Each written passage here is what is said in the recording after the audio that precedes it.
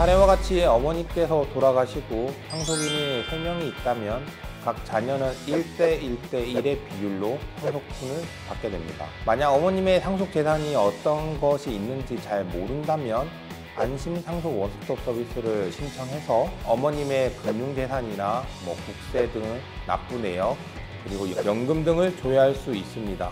이러한 절차를 거쳐 상속 재산이 특정이 된다면 상속 재산을 분할하면 되는데요. 사례와 같이 아파트, 은행 예금, 그리고 막내에게 맡겨둔 돈, 즉 현금이 있는 경우 상속 재산 분할은 어떻게 되는지 알아보면, 일단 아파트의 경우에는 공동 상속인들이 3분의 1의 지분으로 가지게 됩니다. 즉 그 아파트의 경우 원칙적으로 공유를 하게 되는 거죠. 다만 같이 공유를 하는 것이 불편하다 또는 사이가 좋지 않아서 싫다, 이렇다면 협의에 의해서 그 사람의 상속 지분을 다른 상속인에게 넘기고 돈을 받을 수도 있고요. 그런 협의가 되지 않는 경우에는 법원에 상속 재산 분할 심판 청구를 해서 법원의 판단에 따라서 상속분을 넘기거나 가액으로 상환을 하거나 정 안 된다면 경매를 해서 상속분을 나눌 수도 있습니다. 네. 두 번째로 은행 예금의 경우에는 원칙적으로 상속 재산 분할 대상이 아닙니다. 조금 이 부분을 오해하실 수 있는데, 예금과 같은 가분 채권은 어머님이 돌아가시는 순간 그냥 상속인들에게 각자 상속 분대로 기속되는 것이기 때문에 만약 상속 재산 분할 심판 청구를 한다고 하더라도 이러한 예금은 그 대상이 되지 않는 것입니다. 즉 어머님이 돌아가셨을 때 당연히 그 상속인들이 그 본인들의 지분, 사례에서는 3분의 1만큼 가지고 있는 것입니다. 이와 같이 상속인이 그 예금 채권을 본인의 상속분대로 기속받게 되었다면 당연히 은행에 가서 본인의 몫만 찾을 수도 있습니다. 단 은행에 가셨을 때 은행에서 공동상속인 모두의 동의가 필요하다며 지급을 거절당하신 적도 있으실 텐데요.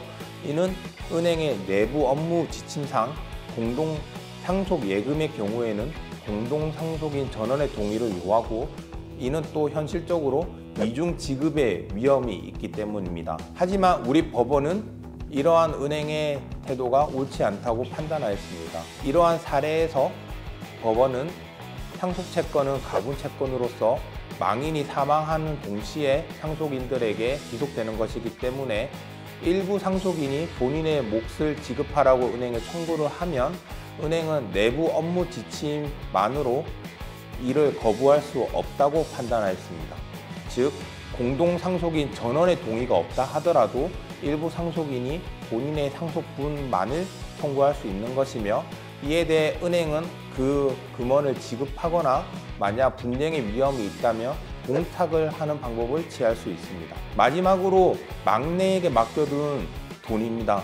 즉 현금인데, 이러한 현금도 예금과 같이 가분 채권으로서 어머님의 사망과 동시에 상속인들에게 그 상속분대로 분배가 됩니다. 즉 사례의 경우 그 현금에 대해 상속인들이 3분의 1씩 그 몫을 가지게 되는 것입니다. 다만 이 사례에서는 다른 형제 자매들이 막내가 어머님이 맡긴 돈으로 주식 투자를 하여 수익을 냈기 때문에 그 증가분 역시 상속 재산의 대상이 되어야 되지 않냐고 의문을 표하지만, 안타깝게도 법적으로 봤을 때는 그 증가분은 막내에게 기속되는 것이지 상속 재산으로 볼 수는 없을 것 같습니다. 반대 사례로 만약 막내가 주식 투자를 해서 손실을 봤다면 그 손실을 나누자는 거는 또 형제자매들 입장에서는 억울할 수도 있으니까요. 이러한 취지로 보면 될 것 같고요. 이러한 상속 재산 분할에 대하여 만약 협의가 되지 않는다면 결국 상속 재산 분할 심판으로 갈 수밖에 없으며, 그 과정에서 만약 자녀 중 어머님께 상당 기간 동거하며 간호하는 등 특별한 부양을 하였거나 어머님의 재산 증식에 특별한 기여를 한 자녀가 있다면 기여분을 청구할 수 있을 것으로 보입니다.